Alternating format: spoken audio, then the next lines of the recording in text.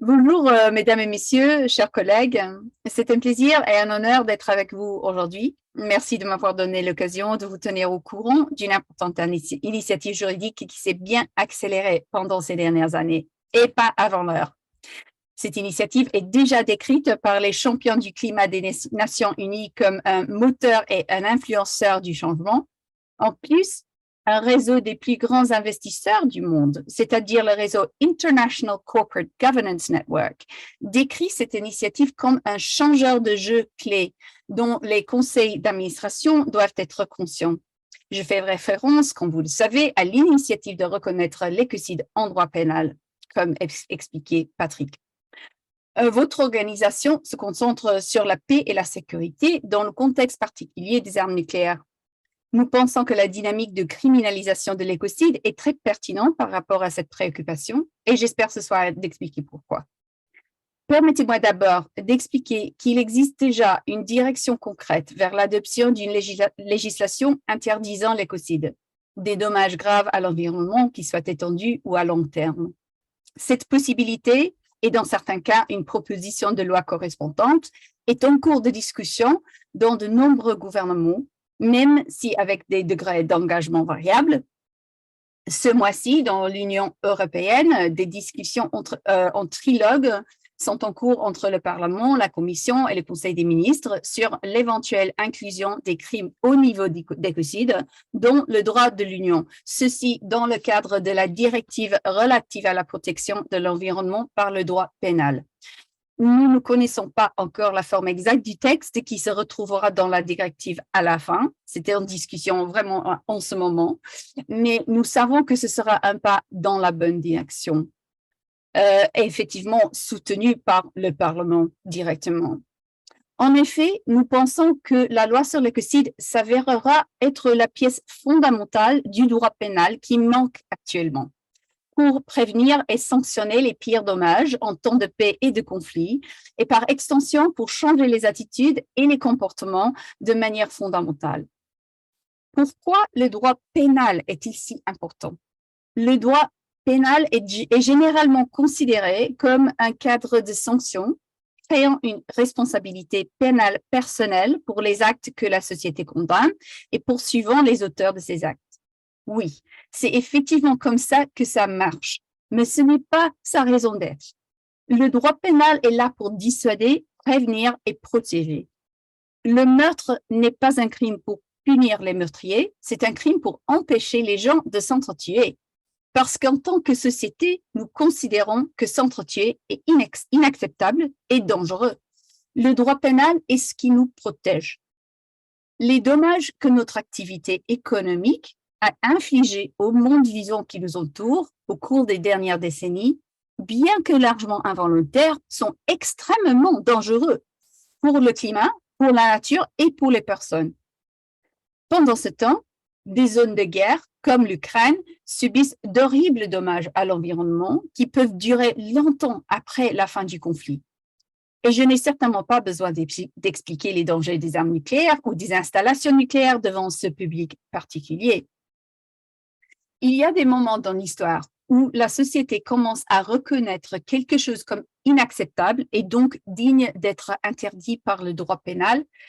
Et le crime de génocide a été établi dans les années 40 en réponse à l'Holocauste, une atrocité devant laquelle le monde a reculé d'horreur.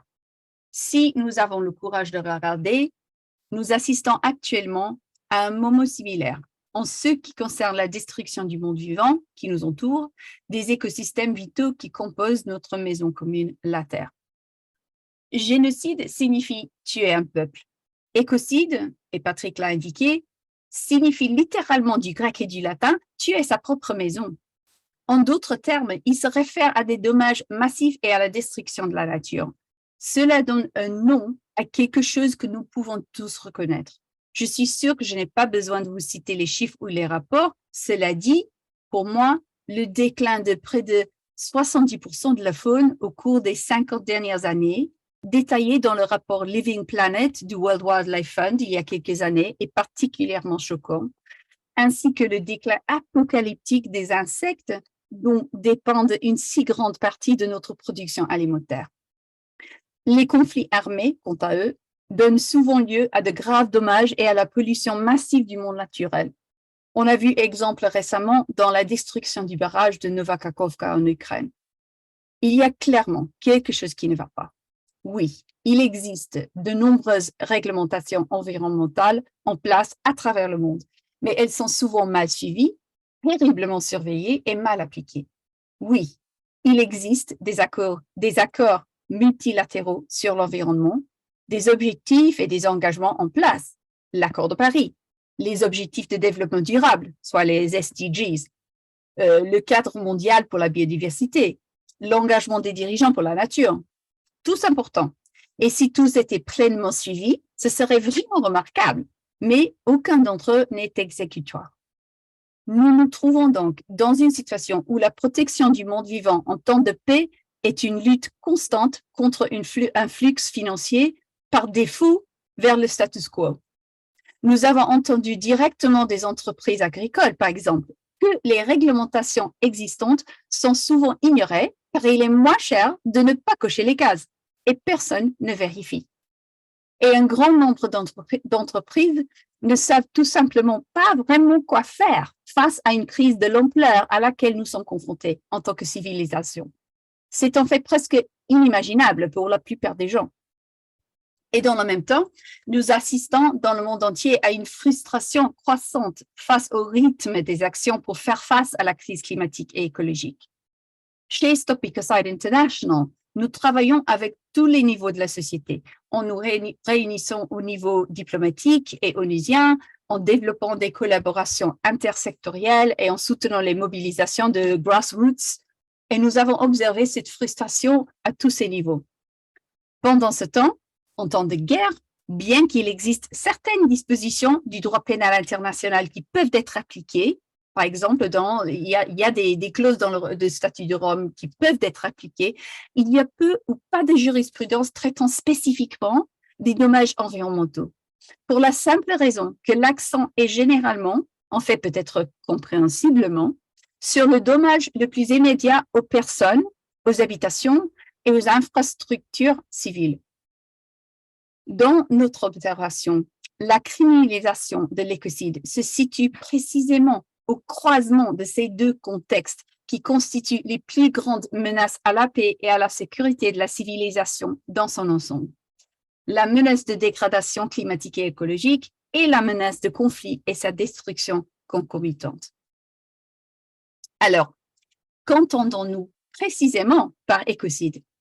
Il y a eu plusieurs définitions de travail, disons, working definitions, au fil des ans, depuis que le terme a été inventé en 1970.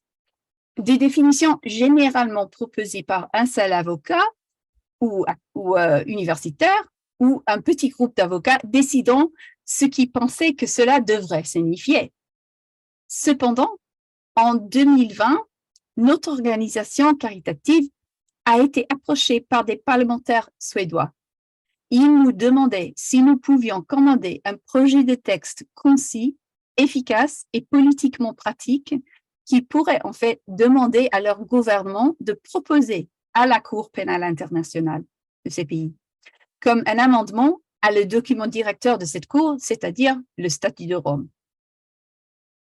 Et sur la base de cette demande, nous avons pu réunir un remarquable groupe d'experts indépendants composé de 12 avocats de haut niveau du monde entier avec diverses spécialités juridiques et points de vue idéologiques. Le panel était présidé par le célèbre avocat et auteur Philippe Sands-Kessi, aux côtés du juriste sénégalais Dior Falso. À la suite d'une large consultation publique et de 6 mois de délibération, le panel a abouti en juin 2021 à une définition consensuelle qui se présente comme suit. Et je vais, si je peux, je vais partager mon écran. Effectivement, je parle surtout du premier paragraphe, parce qu'on n'a pas le temps d'analyser le tout pour cet instant, mais pour le premier paragraphe, c'est le noyau là. On entend par crime d'écocide des actes illicites ou arbitraires commis en connaissance de la réelle probabilité que ces actes causent à l'environnement des dommages graves qui soient étendus ou durables. Et cette définition a acquis une remarquable popularité politique. En effet, moins d'une semaine après son lancement, plus de 100 articles de presse ont paru dans le monde entier, dans les principales publications, et l'intérêt n'a cessé de croître depuis. Cette définition a plusieurs choses notables à mentionner. Premièrement, elle est basée sur les conséquences, sur le résultat ou la menace de résultat de l'acte, et non sur une liste de types de comportements. Ceci est très important, car elle n'a pas une industrie spécifique pour cible, mais fait plutôt référence à la gravité des dommages réels ou menacés et reste donc dynamique dans le temps. Et en plus, elle est intuitivement compréhensible. Deuxièmement, elle renforce fortement les lois existantes. On n'a qu'à imaginer comment un conseil d'administration aborderait ses obligations réglementaires, sachant que s'il ne les remplissait pas et menacé de commettre un écocide en conséquence, ses membres pourraient se trouver en territoire de droit criminel. Ce sera un grand pas en avant pour la responsabilisation et cela changera les prises de décision de manière très positive. Il pourrait également atteindre les échelons supérieurs des banques et de la finance, ce qui est extrêmement difficile à faire avec la réglementation administrative en raison des exemptions et des dispositions de sphère de sécurité. En anglais, on dit safe harbor provisions. En même temps, vous remarquerez qu'il y a deux seuils qui doivent être atteints pour que le crime soit établi. Le préjudice ou menace de préjudice doit être grave et généralisé ou à long terme. Nous avons affaire à un crime de niveau international et non à l'abattage des arbres sur la place du village, par exemple. La loi sur l'écocide n'est pas une solution miracle pour traiter tous les dommages environnementaux à tous les niveaux, mais un élément fondamental qui nomme et sanctionne les pires dommages, encourageant ainsi les dommages écologiques à être pris beaucoup plus au sérieux. Le deuxième seuil est que l'acte doit être illicite ou arbitraire. Et c'est important car cela signifie que le crime ne va pas à l'encontre des lois existantes qui peuvent varier d'une juridiction à l'autre, mais interagira pour les soutenir et les faire avancer. Car en tant que la réglementation dans des domaines particuliers s'améliore, il en sera de même pour cette définition.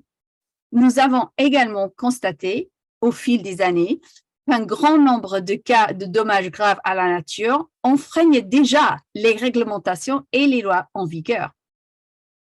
L'aspect arbitraire vise à saisir les cas où une activité peut être autorisée, mais crée un niveau de préjudice disproportionné. De plus, et ceci est particulièrement intéressant dans le cadre de l'orientation de la politique et la stratégie de transition, la définition crée une lentille utile pour toute personne connaissant son secteur à travers laquelle considérer ses activités. Cela permet aux décideurs de l'industrie d'aborder un changement stratégique positif qui va au-delà de, disons, l'éco-blanchiment, greenwashing, un peu plus profond que les pailles en papier ou les véhicules électriques, par exemple. Cela suscite des questions précises et utiles. Et là, c'est de la poussière d'or, comme on dit en anglais, gold dust. Car le miracle de notre cerveau humain est que lorsqu'on nous présente des questions, nous avons l'habitude de trouver des réponses. Il est déraisonnable de s'attendre à ce que les décideurs politiques sachent précisément ce que chaque secteur économique doit faire pour devenir durable. En revanche, il est éminemment judicieux de donner aux experts de ces secteurs le cadre dont ils ont besoin pour s'en sortir. Et cette définition sert comme ce cadre. Et bien sûr, cela aide que le noyau de la définition tienne sur le dos d'une carte de visite. Très pratique lorsqu'il s'agit de politiciens très occupés, on peut franchement dire. Ce facteur de lentille est l'aspect auquel le rapport Pivot Point des champions de l'ONU pour le climat faisait référence l'année dernière lorsqu'il décrivait la loi sur l'écocide comme un moteur et influenceur du changement. Les avocats et les politiciens se concentrent souvent sur ce qui se passera lorsque la loi sera en place, qui sera poursuivi et comment, et ainsi de suite.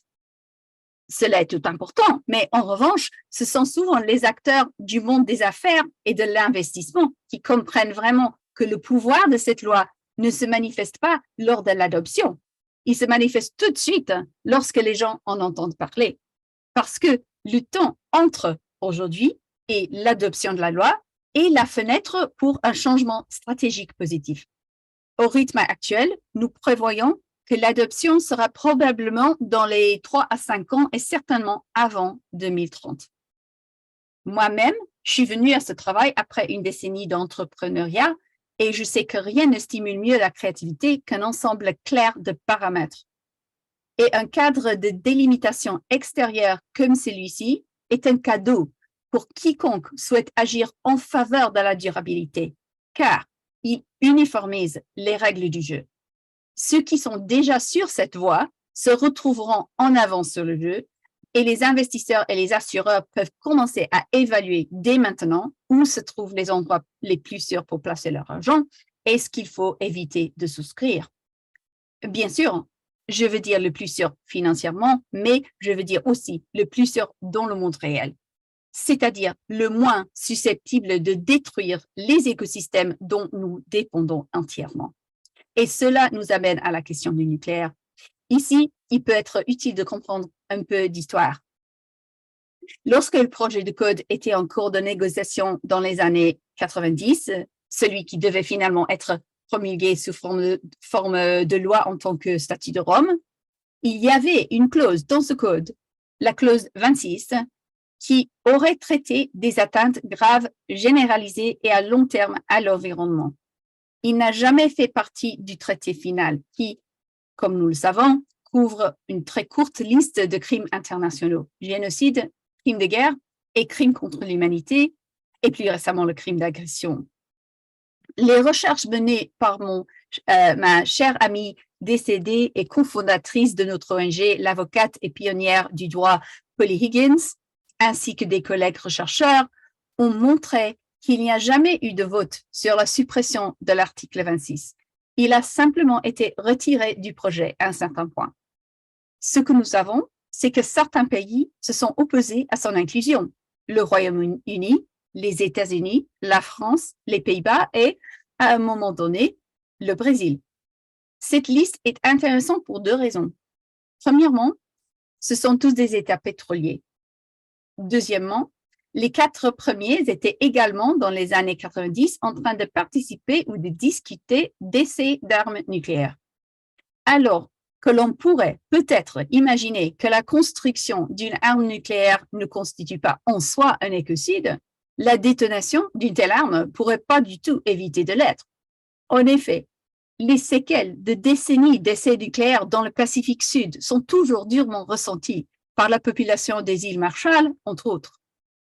À mon avis, il est symptomatique de l'extraordinaire orgueil et du manque de respect pour la vie endémique à la mentalité occidentale que ces tests aient été effectués, compte tenu de notre conscience de l'ampleur de la destruction et de la contamination possible, et encore moins répétée pendant des décennies.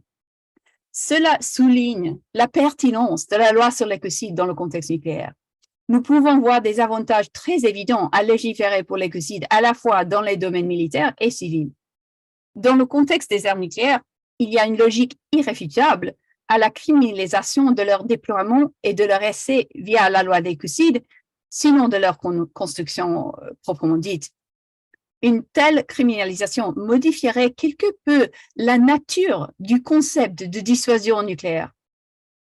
Ordonner une frappe nucléaire, par exemple, deviendrait non seulement un acte de guerre, mais un acte criminel d'écocide par le commandant ou le chef d'État. Cela fournirait une couche de dissuasion personnelle au-delà des coups de sabre de la destruction mutuellement assurée et reflèterait véritablement l'absurdité d'infliger le niveau de destruction écologique ainsi qu'humaine, bien sûr, intrinsèque à l'utilisation de telles armes. Dans le contexte de l'utilisation civile de l'énergie nucléaire, la loi sur l'écocide stimulerait au moins de bien meilleurs protocoles de sécurité et un meilleur respect de ces protocoles. On nous demande parfois si des catastrophes industrielles telles que l'incident de Fukushima peuvent être considérés comme des écocides. Étant donné qu'il y avait des recommandations de conception qui, si elles avaient été suivies, auraient pu prévenir les vulnérabilités qui ont entraîné les effondrements, nous suggérons que cela pourrait effectivement être le cas. On ne peut imaginer avec quel degré de sérieux les évaluations de sécurité, les prévisions et les politiques auraient été abordées si la loi sur l'écocide avait été déjà en place. On imagine que les dangers inhérents au traitement des déchets et au processus de démantèlement des centrales au regard de la loi écocide pourraient bien ajuster quelque peu les considérations du nucléaire comme mode de production d'électricité vert ou mode de production de transition. Bien qu'il soit essentiel que nous nous éloignions d'une économie basée sur les combustibles fossiles, il est, après tout, important de ne pas passer à une situation impliquant des dangers différents, mais tout aussi graves. La production d'énergie nucléaire et l'extraction de minéraux de transition tels que le cobalt et le lithium entraînent avec elles des menaces auxquelles la loi sur l'écocide répond clairement. Si nous voulons nous engager dans la transition vers la sécurité, nous affirmerions que la mise en place de cette loi pénale sera un prérequis nécessaire pour ne pas sauter, comme on dit en Angleterre, de la poêle dans le feu. Vous vous demandez peut-être quelle est la procédure pour mettre en place cette loi. Cela peut bien sûr être fait au niveau national ou régional, et la Belgique, par exemple, travaille à l'inclure dans son propre code pénal national, tandis que, comme je l'ai mentionné au début, le Parlement européen envisage de l'inclure dans une directive de l'Union. Le Conseil de l'Europe, et Patrick a mentionné ça aussi, a également adopté une résolution et une recommandation à l'ensemble de ses 46 États membres pour légiférer sur l'écocide et soutenir sa reconnaissance internationale, et a déjà commencé à travailler sur une convention qui sûrement inclura des provisions pour l'écocide.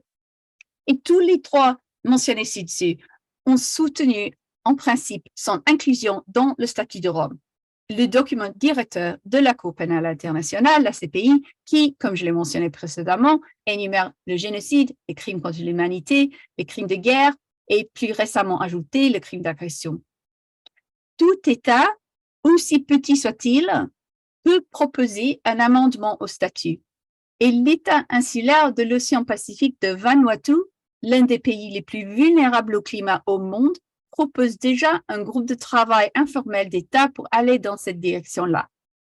C'est en effet ce soi-disant petit État insulaire, nous préférons l'appeler un État du Grand Océan, c'est cet État qui a proposé pour la première fois d'envisager d'ajouter l'écocide en tant que 5e crime à l'Assemblée annuelle des États parties de la CPI en 2019.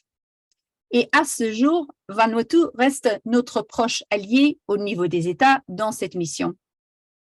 Et pour tous ceux qui doutent l'impact diplomatique potentiel d'une petite république insulaire de moins d'un demi-million d'habitants, j'attire votre attention sur le remarquable succès de Vanuatu plus tôt cette année, dont Patrick aussi a parlé. En mars, comme il a dit, Vanuatu a mené une coalition de pas moins de 133 pays à une résolution de l'ONU demandant cet avis consultatif dont on a entendu parler de la Cour internationale de justice, et c'est le tribunal de l'ONU, sur les obligations des États en matière de changement climatique en vertu des lois existantes. Vanuatu a intégré des nations développées et en développement de toutes les régions géographiques. Ils ont évité les pièges politiques qui ont tourmenté les négociations de l'ONU sur le climat pendant des décennies, et ils ont réalisé ce que nombre d'experts diplomatiques ont qualifié d'impossible, une demande de consensus à la Cour internationale de justice. En effet, c'était la première fois qu'une telle demande était adoptée par consensus. Et cette nation insulaire courageuse est à l'origine d'approches juridiques clés face à la crise mondiale, approches qui résonneront bien au-delà de ses propres plages menacées. Les événements parallèles collaboratifs que nous avons organisés à la CPI avec le Vanuatu et d'autres pays vulnérables tels que les Samoa et le Bangladesh ont battu des records de participation plusieurs années de suite. Cette année, à Port Vila, la capitale du Vanuatu, les dirigeants de 6 États de l'océan Pacifique ont lancé un appel collectif ambitieux pour éliminer progressivement les combustibles fossiles, soutenir une transition rapide et juste du Pacifique vers les énergies renouvelables et renforcer les obligations légales connexes, notamment pour empêcher l'écocide. Et la CPI elle-même prend cette conversation très au sérieux. Lors de sa conférence anniversaire de 20 ans l'année dernière, une section entière sur l'avenir de la Cour a été consacrée à une discussion sur l'écocide en tant que 5e crime international possible. En effet, l'inclusion de l'écocide dans sa compétence pourrait amener la Cour à un tout nouveau niveau de pertinence mondiale. Pour une éventuelle adoption dans le statut, une majorité d'au moins 2/3 est requise. Et nous voyons ici, avec tout ça, nous voyons une claire direction de voyage. Au cours des 4 dernières années, cette initiative est allée bien plus vite que prévu et s'accélère tout le temps. Cela vaut peut-être la peine d'ajouter ici une note particulière sur les développements en France. Comme vous le savez sans doute, suite aux manifestations des Gilets jaunes, Macron a invité à la convocation d'une convention citoyenne pour le climat. On pourrait y voir une façon de dire « Ok, si vous n'aimez pas nos politiques climatiques, faites vos propres suggestions ». Et cette assemblée lui est revenue avec 140 politiques. Et l'une des plus populaires était la loi sur l'écocide, avec plus de 99% de soutien de la part de l'Assemblée des citoyens, qui ont été choisis au hasard pour participer à cette convention. Il convient de noter ici aussi que lorsque le public est interrogé sur la loi sur l'écocide, il est invariablement favorable. La première Assemblée citoyenne mondiale, tenue parallèlement au pourparlers sur le climat de la COP26 à Glasgow, a également émergé avec la loi sur l'écocide comme une demande majeure. Mais pour revenir en France, le gouvernement Macron a accepté de légiférer sur l'écocide en France et de revenir dans un an pour rendre compte de ses actions en faveur des progrès de la loi sur l'écocide au niveau international. Les progrès ont été plus ou moins décevants sur ces 2 fronts.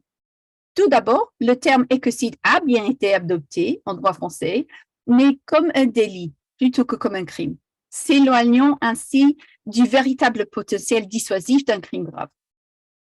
Deuxièmement, à notre connaissance, le gouvernement n'a jamais rendu compte de son soutien au niveau international. En Angleterre, nous avons une expression pour cela, all mouth and no trousers, qui serait tout bouche et pas de pantalon. Nous ne souhaitons pas être seulement critiques pourtant, puisque la France a été le premier gouvernement européen à reconnaître l'exigence d'une loi sur l'écocide. Et il est significatif que les citoyens aient été consultés en premier lieu. Et ce que nous soulignerons cependant, c'est l'importance de cette contribution citoyenne. Ce n'est pas un hasard, par exemple, si la discussion sur l'urgence climatique et écologique au niveau gouvernemental à travers le monde a commencé sérieusement à la suite des grèves scolaires initiées par Greta Thunberg et les manifestations climatiques de Extinction Rebellion et d'autres dans le monde. Ces actions perturbatrices de la société civile ont ouvert la conversation dans les médias et dans la politique pour ce que nous disions depuis des années à propos de la loi sur l'écocide puisse enfin être entendu et commencer à être vu pour le bon sens et la solution concrète, effectivement, qu'il est, évidemment. Et cela m'amène à un point très important et ça a lien avec la conférence qu'aura fait Émilie Gaillard. Et c'est effectivement que cette loi est et sera importante, très, très importante pour les jeunes et les générations futures, pour des raisons très évidentes. Cela protégera le monde dans lequel ils grandissent et le travail qu'ils y feront. Il fournira le garde-corps juridique qu'ils exigeront de plus en plus et à juste titre et dont nous aurons tous besoin si nous voulons sortir de la crise actuelle. Pas indemne, il est déjà trop tard pour cela, mais avec une demi-chance de survivre et de prospérer dans notre maison planétaire. Nous avons passé des centaines d'années à traiter la nature comme une banque infinie de ressources. Une attitude culturelle qui a imprégné toute la structure de la gouvernance mondiale et de l'économie mondiale et qui ne parvient pas à saisir notre lien profond et notre dépendance vis-à-vis du monde naturel. Même quand nos activités extractives soulignent ce fait même. Alors que la nature est bien sûr la seule ressource pour tous nos besoins humains, notre approche a été pendant des décennies, voire des siècles, profondément déséquilibrée. Pillons les écosystèmes et exploitons les populations au point que nous nous heurtons maintenant à un dur et inévitable retour à la réalité. Et comme j'espère l'avoir précisé, la loi sur l'écocide est une réponse éminemment logique, nécessaire et positive à cela. Lorsque nous plaçons les dommages graves à la nature à côté des dommages graves aux personnes, il peut sembler que nous ajoutons simplement un crime à une liste de crimes existants. Il s'agit d'une intervention très spécifique et entièrement compatible avec le système existant. Et pourtant, comme une aiguille d'acupuncture bien placée, elle a un effet stimulant et transformateur sur ce système. Cela a pour effet à la fois de catalyser et de reconnaître une nouvelle norme, voire nous suggérons de créer un nouveau tabou. Cela créera en effet déjà, les discussions sur cette loi qui approche sont déjà en train de créer un changement subtil mais profond dans notre compréhension de notre place dans le monde vivant et de notre responsabilité à son égard. Un changement qui aidera à orienter l'élaboration des politiques dans un sens positif, tant pour nous que pour la planète. Parce qu'après tout, le droit pénal ne concerne pas, en fin de compte, les poursuites et les sanctions. Il s'agit de dissuader les comportements dangereux et de protéger la vie. Et je crois que c'est ce que nous tous ici, ce soir, avons dans nos cœurs.